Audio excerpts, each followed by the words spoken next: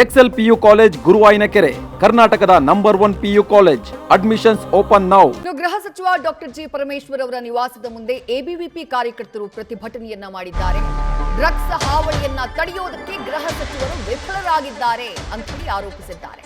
Drugs ನಿಯಂತ್ರಣದಲ್ಲಿ ಸರ್ಕಾರದ ವೈಫಲ್ಯವನ್ನ ವಿರೋಧಿಸಿ ಎಬಿವಿಪಿ ಕಾರ್ಯಕರ್ತರು ಏಕಾಏಕಿ ಗೃಹ ಸಚಿವ ಡಾಕ್ಟರ್ ಜಿ ಪರಮೇಶ್ವರ್ ಅವರ ನಿವಾಸದ ಮುಂದೆ ಪ್ರತಿಭಟನೆಗೆ ಮುಂದಾದರು.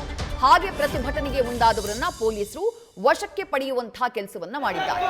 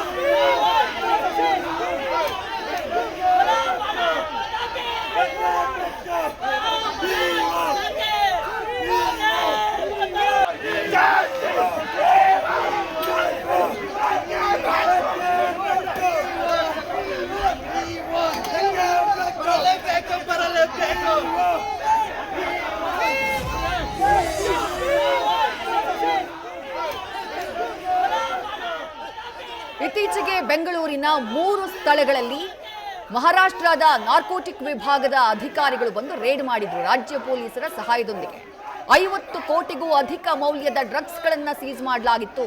ಡ್ರಗ್ಸ್ ತಯಾರಿಕಾ ಫ್ಯಾಕ್ಟರಿಗಳ ಮೇಲೆ ರೇಡ್ ಮಾಡಲಾಗಿತ್ತು. ಇದೇ ವಿಚಾರಕ್ಕೆ ಸಂಬಂಧಪಟ್ಟ ಹಾಗೆ ಎಬಿವಿಪಿ ಕಾರ್ಯಕರ್ತರು ಆಕ್ರೋಶವನ್ನ ವ್ಯಕ್ತಪಡಿಸಿದ್ದಾರೆ.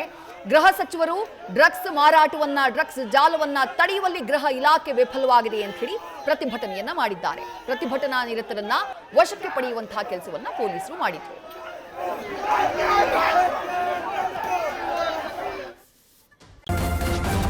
ನ್ಯೂಸ್ ಫಸ್ಟ್ ನಿರ್ಭೀತಿಯಿಂದ ನಿಮ್ಮ ಪರವಾಗಿ.